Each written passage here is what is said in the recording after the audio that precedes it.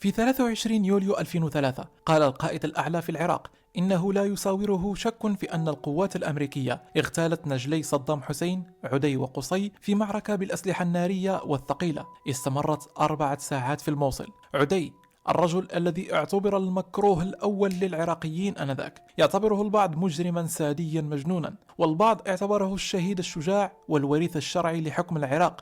سؤال صج، شباب تعرفون قصص انتم عديجي صح؟ صج في ناس يشوفون انه هو، حط ببالك الجرائم اللي كان يسويهم كلها على العراقيين، يعني ما سوى شيء باللي برا، كله بشعب. في ناس تحبه. غير أن قصة مقتله وتفاصيلها غريبة جدا. عدي صدام حسين كان رجل غريب، وكان يعاني من رهاب ضوء النهار. يمتلك مجموعة كبيرة من الحيوانات البرية. فارس عاشور، نشوف هذا ولا فارس عاشور؟ لا خلينا نشوف الأسود هذا. والقردة والمواد الإباحية والمشروبات الكحولية والمخدرات لإشباع رغباته المختلفة. ولذا عدي شوف عدي شنو كان يسوي. صدام حسين كان رجل غريب، وكان يعاني من رهاب ضوء النهار. يمتلك مجموعة كبيرة من الحيوانات البرية كالأسود عنده اسود وشغل عدل، والقردة والمواد الإباحية والمشروبات وعنده مواد اباحيه. طبعا كلنا فاهمين شنو يعني، الكحولية وكحول ومخدرات. والمخدرات لإشباع رغباته المختلفة. ولد عدي صدام حسين في بغداد عام 1964، وهو الابن البكر للرئيس صدام حسين وساجدة طلفاح. أخوه شوف وجه النيرد، شوف وجه عدي 1964 وهو الابن قسما بالله كان معاي واحد، والله العظيم كان معاي واحد بالمتوسطة كذي وجهه، كان اسمه جعفر. قسما بالله كذي كان وجهه، من غير الشنب. شنو هذا؟ البكر للرئيس صدام حسين وساجدة طلفاح. أخوه الأصغر قصي، وأخواته رغد ورنا وحلا. كان عدي يستعد لأن يكون ولك شنو حزتها، ما كان في ابتسامة هوليوود شيء، كل هالنفوذ والهذا، ولك روح سوي شيء باسنانك.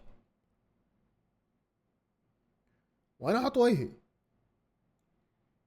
شنو هالابتسامة، ابتسامة هوليوود يا بعد قلبي. الحاكم بعد أبيه الرئيس صدام حسين، وحصل على دكتوراه في العلوم السياسية من جامعة بغداد، وعنوان رسالته كانت بعنوان عالم. فوق يسار، واحط الشات تحتي ولا وين احطه؟ لحظة فوق يسار، واحط الشات هنا. ما بعد الحرب الباردة كان لعدي ميول غريبة، وبحكم أنه ابن رئيس البلد فقد كان يريد امرأة كل ليلة، وكان حراسه الشخصيين يخطفون أي فتاة تعجبه ويجلبونها إليه، وغالبا مستوعب كان كذي يبي بنية كل يوم، فيخطفون كل يوم بنية له. اصغر الكام شوي.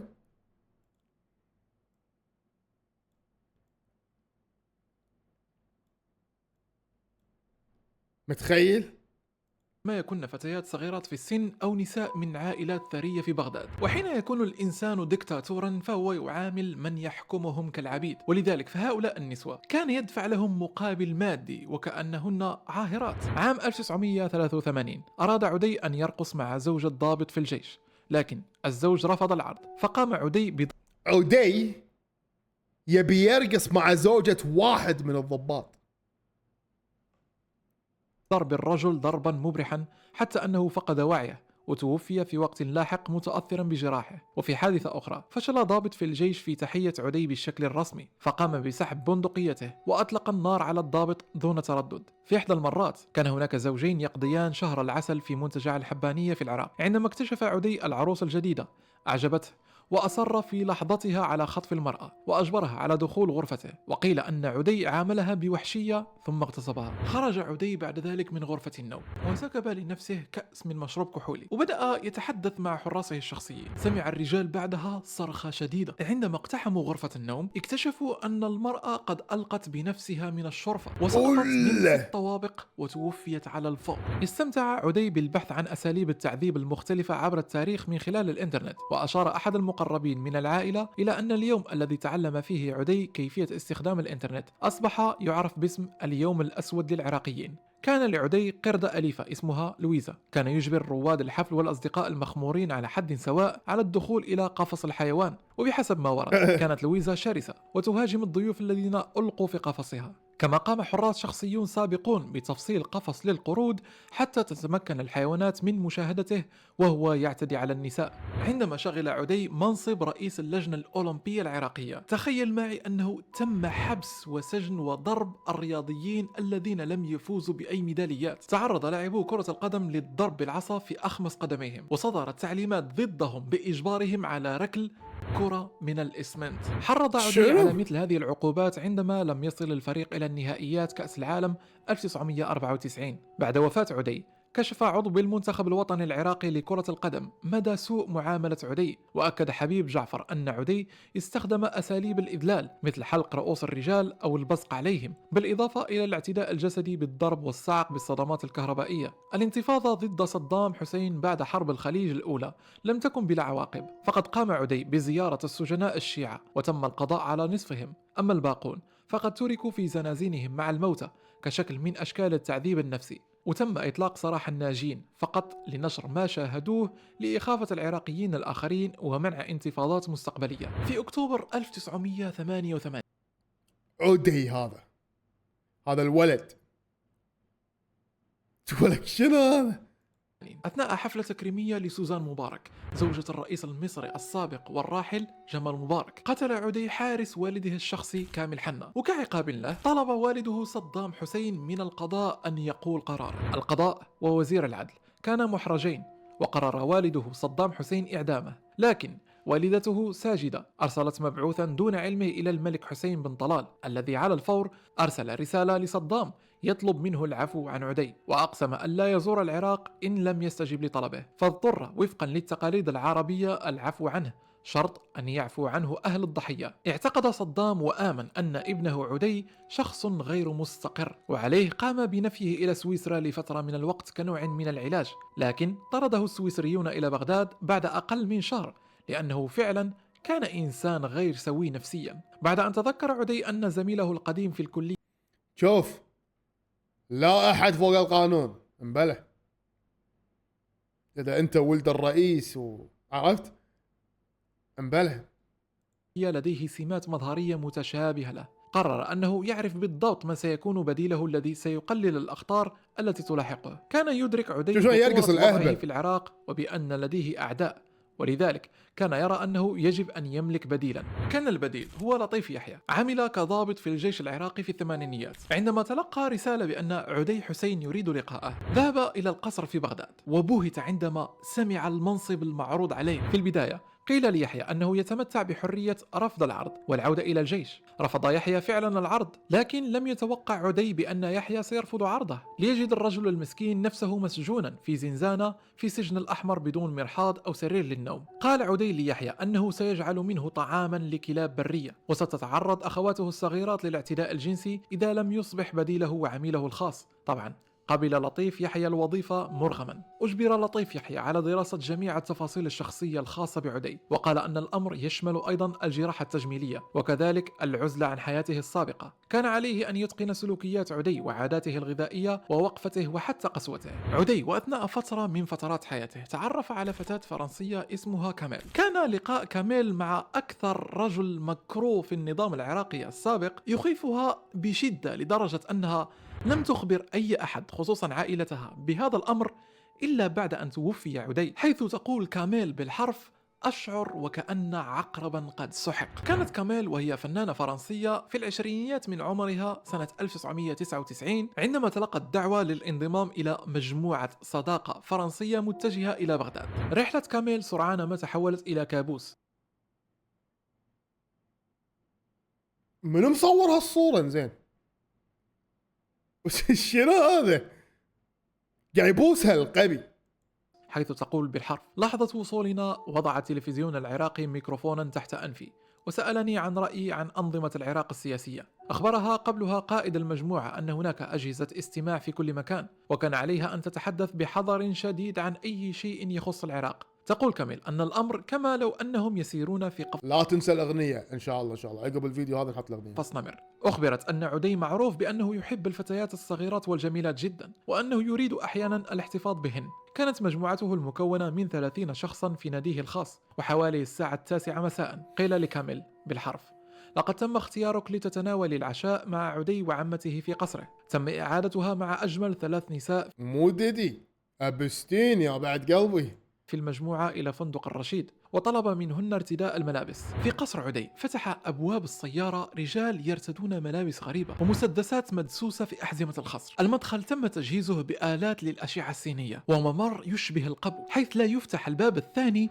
حتى يغلق الباب الأول. وصل الزوار إلى غرفة كبيرة من الرخام الأسود بها نوافذ زجاجية تطل على نهر دجلة، حيث المكان الذي استقبلهم فيه عدي. بعد تلك الحادثة عادت كاميل إلى فرنسا لتبدأ الفتاة بعد مقتل عدي بإجراء المقابلات مع الصحف للحديث عن هذا الرجل المثير للجدل. في 12 ديسمبر 1996 تعرض عدي إلى محاولة اغتيال 96 مواليدي هذا.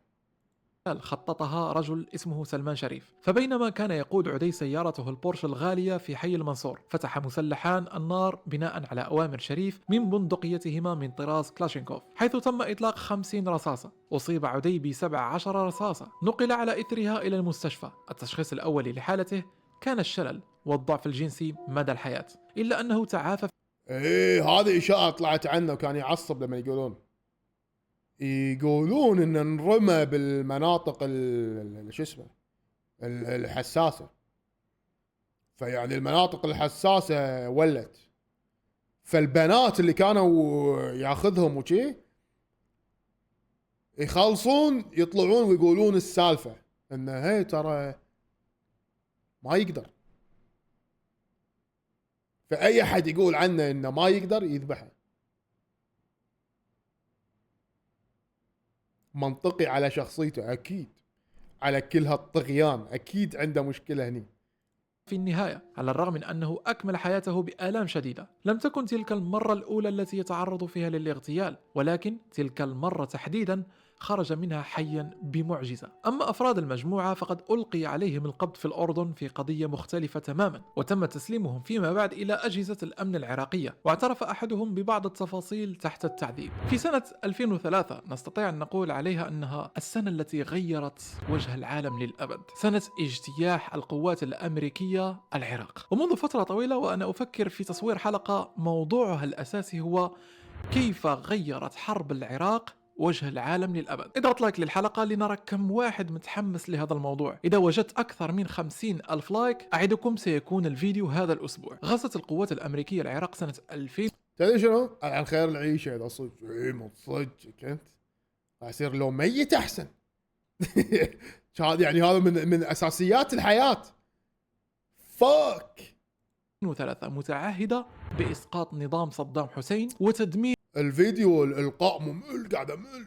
أسلحة الدمار الشاملة العراقية، والتي بالمناسبة اتضح بأن أسلحة الدمار الشامل كانت مجرد نكتة. اضطرت أسرة صدام حسين وقتها للهرب، لكن وضعت القوات الأمريكية خطة محكمة للقبض على قصي وعدي صدام حسين. تركت أمريكا الأرض مفتوحة في اتجاه سوريا كي يتاح لبقية أفراد الحكم التوجه في هذا الاتجاه، لتوريط سوريا في حالة عبورهم إليها من جهة، ولحصر من يهرب من القادة العراقيين في مثلث أرضي تعرفه القوات الأمريكية من قبل من جهة أخرى. شرع الأمريكيون قبلها بأسابيع في بناء قرية استخبارات شمال الموصل، ونفس الشيء في بغداد. كانت هذه القرية الاستخباراتية في شمالي الموصل على ارتباط مهم مع محطة التجسس الإلكتروني الأمريكية في جنوب تركيا، ويبدو كأن من ثمار عملها هو تتبع عملية وصول قصي وعدي إلى بيت ضابط في المخابرات العراقية في قسم الشؤون الاقتصادية والتجارة. قصي وعدي توينز لكن في واحد اكبر من واحد ما ادري منه. لو حاط فارس عاشور احسن والله تصدق. جارية الشيخ محمد نواف الزيدان. كان هذا هو الشخص المتوقع منهم أن يطلبوا مساعدته. كان نواف الزيدان يستضيف في منزله أم عدي وقصي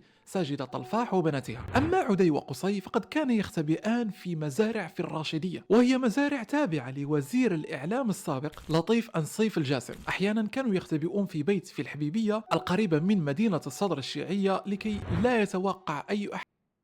هولي هافك تقول على طاري يبول. اليوم واحد بالشارع